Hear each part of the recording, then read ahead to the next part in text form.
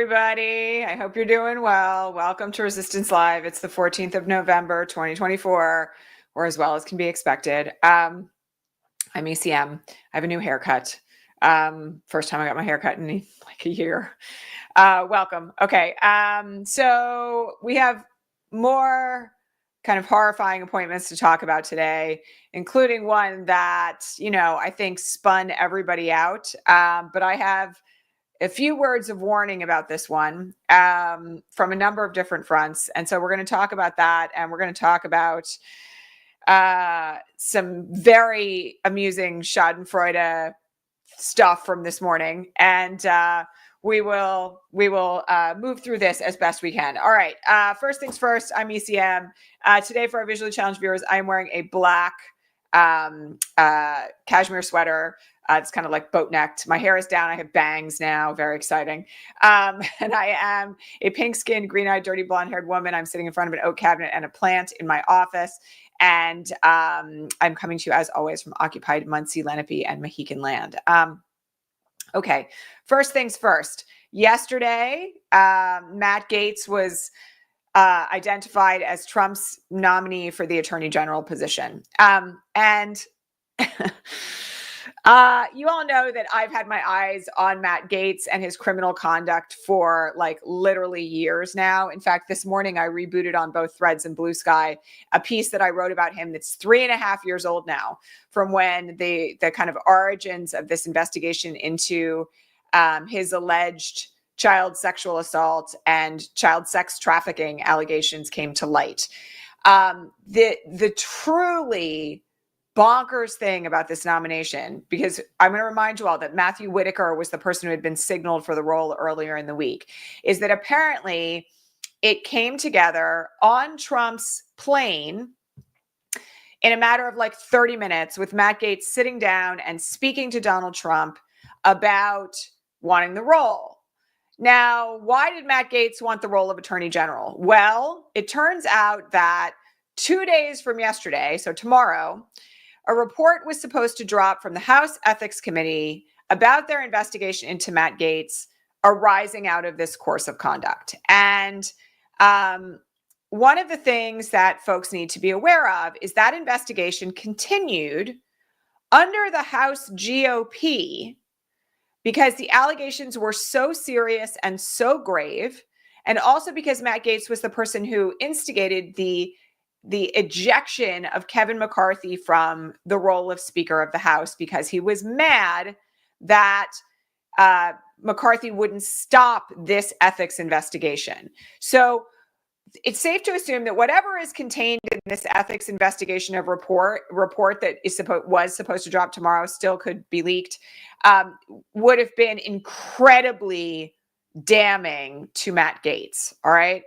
So as soon as he was announced as the AG candidate, Matt Gaetz resigned from Congress. Now he's been elected for the next Congress. So feasibly he could return after January 3rd. But what it means right now is that the current House of Representatives now lacks the authority to investigate him for an ethics violation as a member. All right. So this whole thing appears to have been engineered by Matt Gaetz, who, let's not forget, tried to buy a pardon from Donald Trump at the end of 2020 through his friend who's now serving hard time for the same course of conduct. This whole thing appears to be engineered by Matt Gaetz to try to avoid public awareness of the contents of that report. Now, him as an AG nominee, I mean, let's just set aside all the moral implications of this, which are severe, right? He is wildly unqualified for the role of Attorney General. Even though he has a bar license, he's never been engaged in any form of serious litigation. He's never been a judge. He's never been, an attorney, like a U.S. attorney. He's never held one of the roles that traditionally you would hold to qualify for that position. All right. So in addition to the fact that he's absolutely completely unqualified, it's also just like a horrifying nomination because he himself, by the way, was under investigation by the DOJ for the same allegations that are at issue in the report. Okay. So what could happen now? Well, the report could still be leaked, all right? And honestly, I personally think that the moral thing to do here, pardon me, would be to actually leak the report. The other thing I'm just going to say here is that Matt Gaetz is so universally despised, generally speaking, except for a handful of people in the House of Representatives and the Senate, that I think there was quite a bit of report yesterday of like shock and horror at the nomination. There are quite a few people who I think would support, even in his own party, the release of that report.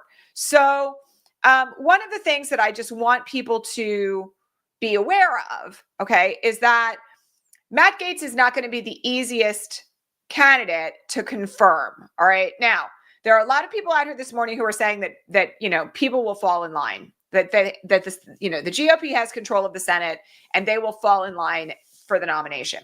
We have more to talk about, by the way, on this whole recess appointment situation. So just stay tuned for that, because we're going to talk about that in a minute.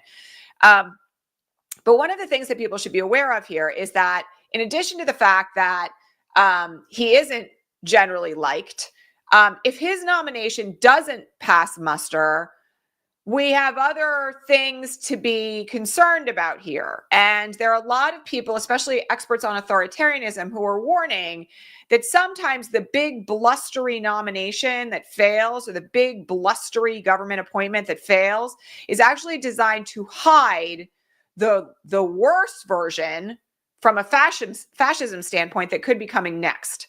All right. So one of the things that I just want people to consider here is that, all of these appointments are outrageous. We're going to talk about Tulsi in a minute also, but you know what? All of these appointments are outrageous. And also we have to understand that part of what they're doing, which is really kind of like a Gish Gallop technique of like flooding the zone technique of horrifying appointments, is designed to make people capitulate on some, if not all. All right. Like it's designed for exactly that purpose. So one of the things that I want folks to think about here is that there is an ongoing gamification to this, I guess is the way to put it. There's an ongoing lens through which they may be setting us up for something even worse. And I know it's hard to imagine a worse attorney general than Matt Gaetz, but I will tell you that given his lack of experience, finding somebody who was truly, truly a far right-wing attorney, judge, maybe a U.S. attorney who was appointed under Trump 1, and who was willing to carry out the worst possible things imaginable on behalf of the DOJ, could actually be a very scary situation. All right. Now, let's just talk for a second about what happened yesterday in the Senate, because this actually relates very clearly to this set of circumstances. Okay. So John Thune was elected yesterday as the Senate Majority Leader behind closed doors. All right.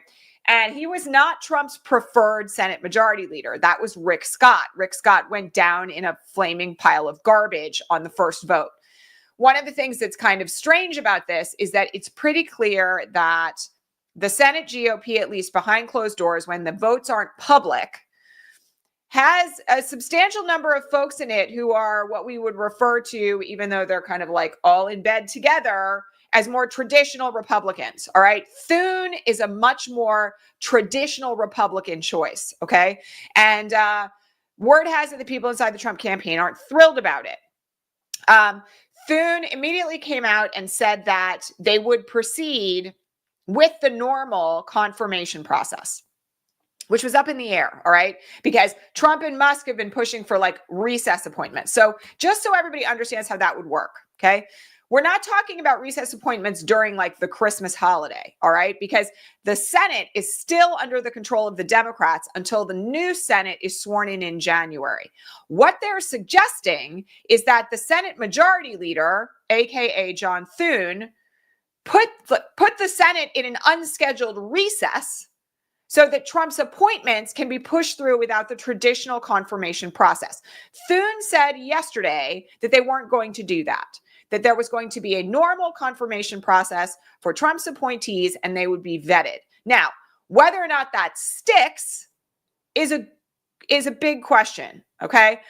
Because the thing that I'm concerned about is that we have this pattern here all along where there's absolute shock and horror at something that Trump does or one of Trump's nominations. You all remember this from the first administration. And then eventually the GOP just rolls over. So I'm not betting that this whole thing about non-recess appointments is going to stick. But for now, Thune is saying that it will. All right. And that is something that, I said yesterday, it's like, thank God for small favors, right? Like, I'm not somebody who historically would cheer on John Thune, but I hope he stands by what he said. So the other bit of good news about that is that when it comes to people like Pete Hegseth, who we've talked about on the broadcast several times this week, who's the nominee for the Secretary of Defense, that dude has literal neo-Nazi tattoos on his body. He has absolutely no qualifications to be the Secretary of Defense. None. Like, less than none. Like, there's no basis on which he should ever step into that role. And, my question is whether or not some of these more quote unquote traditional Republicans with all caveats attached are going to let someone like that slide. All right. And again, we'll have to see how this all plays out. I'm not going to, claim that it's going to go our way because at this point, I kind of lack a lot of faith in the ability of anybody in the GOP to develop a backbone, but we'll see. Okay. At least for now, Thune is saying that there will be a traditional confirmation process. That's also really important on the basis of another announcement that was made yesterday, which is that Tulsi Gabbard is going to be nominated as the Director of National Intelligence. Now, this, once again, is one of those nominations where it's just like a horror show, right? You think somebody accused of sex trafficking who's been under investigation by the DOJ is a bad nominee for Attorney General? How about someone who's in bed with Assad and Putin for the Director of National Intelligence? That literally would be a channel to Putin of all of our intelligence assets nationwide and worldwide. So keep in mind, okay, that things look very dire right now, and we still hopefully will have a nomination process that will help to vet out some of these. All right. So for the person asking how many Republicans will have to join Dems, it's not much. It's 4. Okay. Because we are 52 to 48 or 53 to 49. I can't remember now. The last time I looked, it's 4. Rachel's right. It's 4. So, keep in mind here that there were enough Thune got 32, 33 votes, something like that behind closed doors yesterday out of the 52 that they have. And so, it's not like Thune doesn't have, at least behind closed doors, a majority of the Senate GOP caucus at his back. And so we will have to see. We'll have to see on this. It's gross. I'm not going to tell you it's not, but the guardrails, at least as far as appointments, are still existing. And I want people to be mindful that, I've said this all week, that we do not, we have to stand on the guardrails as they exist, because claiming that it's all over and it's all hopeless is actually capitulation in advance. And I just want to say one thing about that, by the way, because somebody asked me a really good question about this last night on Blue Sky, about what's the line between being aware of what's coming and capitulating in advance. And what I said, which I think is worth repeating here, is that we have to be very clear-headed about what's coming and the dangers that we're facing right now and the dangers to our democracy, because they're real. Okay. We also don't have any idea how all of this is going to play out, right? We don't have any clue where we're going to be on January 20th and beyond with regard to any of these nominations or anything else that they're signaling. Okay. All of this right now is words and bluster. Okay. It's not, they have no power yet. All of this is not in place. All right. And we don't know exactly how it's going to go, but at the same time, being clear-headed does not give you a ticket to roll over. All right. So what I mean by that is that you still do, and we talked about this a little bit yesterday, you can avoid the mainstream media. I'm not going to tell you not to, that you have to watch everything. You can decide that you need a mental health break for the next few weeks, and that's fine.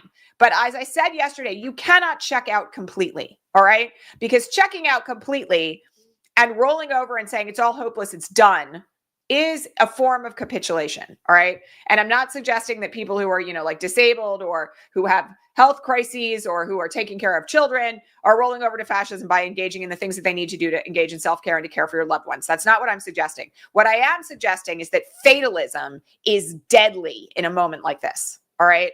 And so we have to meet that line of being very clear-headed about the threat and also understanding that it has not arrived yet. Okay. And simultaneously making a commitment to stay engaged, throw gravel and sand in the gears as much as possible, as we've been talking about, and getting organized where we live. All right. Again, I will remind you all, we have this new program open for registration called the Dual Power Accelerator. Phenomenal group of people already in it. I'll put a link up here when we're done. You can also register in the box below. We have a few scholarships left. We had an enormous number of scholarship applications for this one. But you can join us and learn everything you need to know about how to build dual power in community for disruption and survival. Class starts on the 27th of November. All right. So, in other words, the guardrails still stand, at least for now. All right. And we will have to keep our eye on what's coming next. All right. But nobody should be giving in. All right. No, anybody who's out there saying that it's all over and all hope is lost is not actually telling you the truth. But in addition to that, people who are out there saying we are in grave danger are also telling the truth. Right. Like, you have to walk the line of saying, like, this threat is real. And I'm committed to doing what I can to help people survive and find safety and to disrupt this and to stay engaged to the extent that is possible for me. Okay. So that's the line. And I think it's really important to remember that. All right. One bit of good news today. I love this story, you guys. I just have to say, like, I'm so thrilled about this outcome. I don't really have the words for it. So Infowars went to auction because of all the billion-dollar judgments against Alex Jones. And this morning, The Onion acquired Infowars and literally walked into the studio while Alex Jones was on the air with Steve Bannon and told them to shut it all down. I just have to say that this is just like a truly epic troll of sorts, and also an incredible gesture by, the new ownership of The Onion, Ben Collins and others, to take Infowars out at the knees. And, on top of it, they're now saying that they're going to kind of turn it into something that essentially mocks what Alex Jones and Steve Bannon and their ilk are in the far right-wing ecosphere. Okay. It's just your daily dose of Schadenfreude, which we all like so desperately need right now, is that like The Onion actually pulled off a coup of Infowars, which is astonishing and amazing. And they had the support of the Sandy Hook families to do it, which is even better. So it's really a kind of brilliant moment. And I can't wait to see what they do with that, right?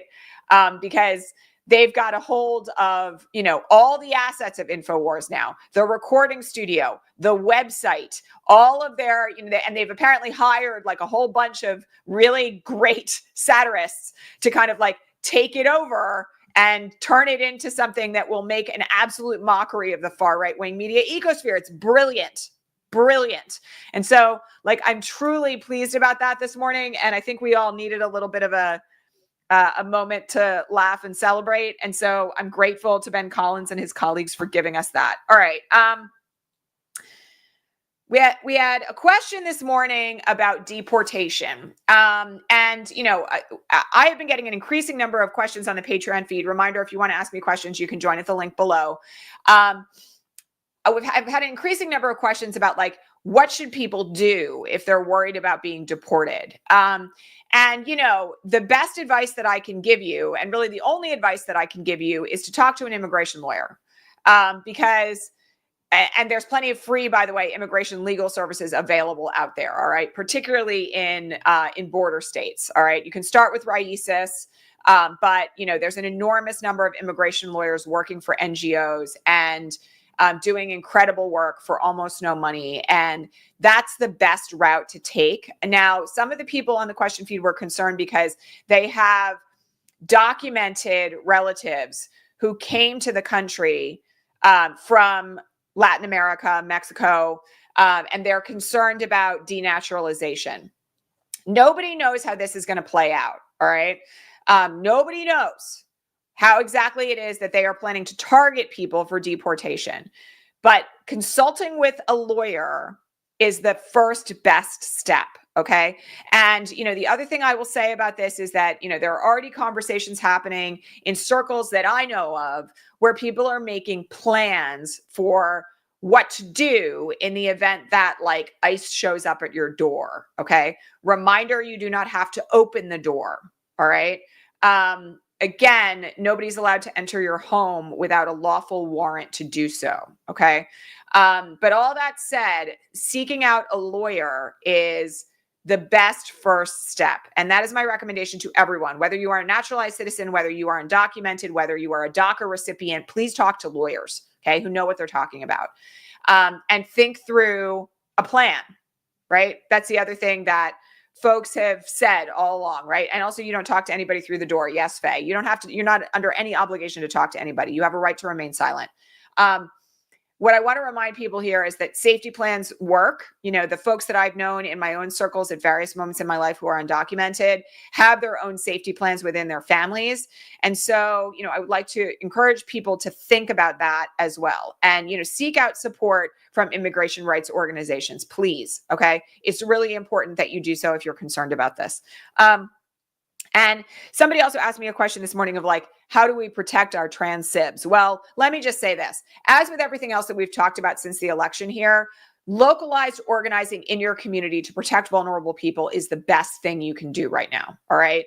And people need to understand that when we're talking about community organizing for safety and for survival, one of the things that we're talking about is how are we going to protect targeted communities, right? So think about how you're going to get involved with people who are already organizing on the ground.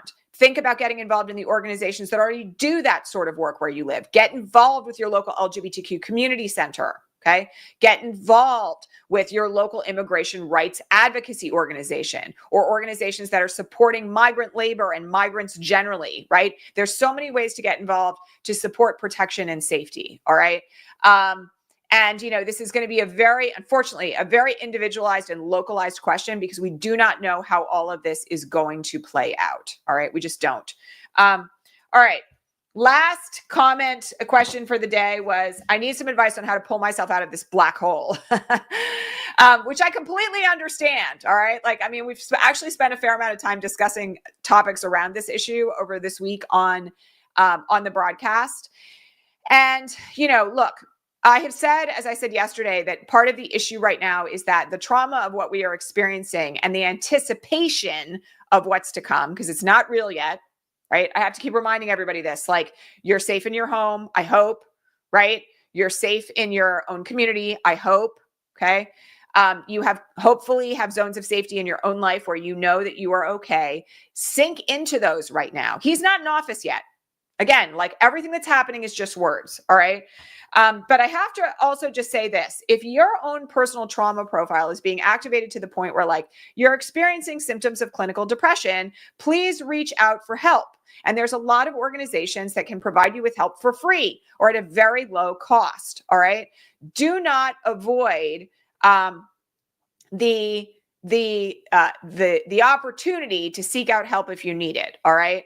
And please also keep in mind that our own self-care is more important now than it has perhaps ever been. We need sleep. We need water. We need food, preferably something with protein in it, not like junk food and sugar.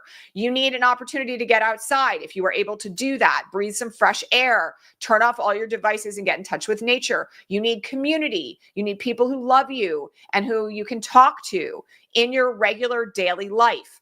All of these things are mandatory, all right, for your mental health, for your physical health, all right? And that includes, by the way, we talked about this earlier in the week too, making sure that you're taking care of any healthcare appointments that you need in short order. Please do that, all right? So, I have to say this, grief is a wave and the waves don't stop, all right? What we are living through is something that we're going to be processing in real time. And we don't get to, like Nelba Marquez, who happens to be a Sandy Hook mom, said this morning, she made a very important point. And the point is this, that we are going to be riding the waves of grief and struggle through all of this. All right. Like, it's not like we get to walk through the stages of grief and then it's over. Okay. That's not how grief works. All right. And one of the things that we need right now is the capacity to understand and work with our own resilience. All right. And that means that when we know that we are struggling, we ask for help, right? We ask for help. It's truly more important than I think it's ever been in this entire saga. Like, for the last 8 years, 9 years since he came down the escalator, right? And it's been necessary for all of us who are marginalized and vulnerable for much, much, much longer than that. Okay. So I will just say this, to add one other thing to this though. All right. There is nothing that will help you feel better more, okay, other than medication, if you need it, than being in community with people helping others. All right. And so please consider right now, again, we're going to talk so much in this course that we're running about, community building and dual power and those sorts of things, but you can start now, right? You can get involved in a community-based organization right now. You can go volunteer at your local food bank. You can go volunteer at your local domestic violence shelter, right? You can show up to a migrant support agency and ask how you can help, right? All of these things will help you to feel like you are making a difference, because you will be in some small way, all right? And all of us moving together through all of this in community with one another and in service to one another is one of the things that's going to help us all cope with what's coming down the pike, all right? So yes, and pets can help tremendously. Mine are my snuggle bunnies, and I get as much cuddle time with them as I can. All right, so that's it for today, my friends. I will be back tomorrow at regular time. There will be a progressive coffee hour this weekend for our Patreon members, where we're going to talk about things like how to prepare for like food supply chain disruptions and what we're stocking up on right now, and some more advice on how to address potential issues that have been signaled by the Trump 2 administration in a practical way. All right. I'm not going to give you any financial advice. You all know I can't do that. I'm not going to give you any legal advice because you're not my clients, but we will talk about other means of taking care of ourselves in anticipation of what's coming. On the Ray, you're funny. Ray says, is a chocolate shortage possible? I have no idea, but I'll be in real trouble because, dark chocolate is my one remaining vice. I will just tell you, we're going to talk about all of that over the weekend. All right. Lots of love to all of you. I will catch you all tomorrow at regular time. Please don't forget to like, thumbs up, subscribe to this broadcast. Don't forget to drop me a comment if you're watching on the replay. And also, please consider joining our program. Like, again, I'm really excited about it. And I think the link will be below in the box. And I really think it's critically important. And it's just like, again, an amazing community of people so far. Like, I'm so excited. We've started also handing out some scholarships this morning. We have a very limited number left. So, if you're interested in applying, please do. All right. I'll catch you all tomorrow. Take care of yourselves, everyone. Bye.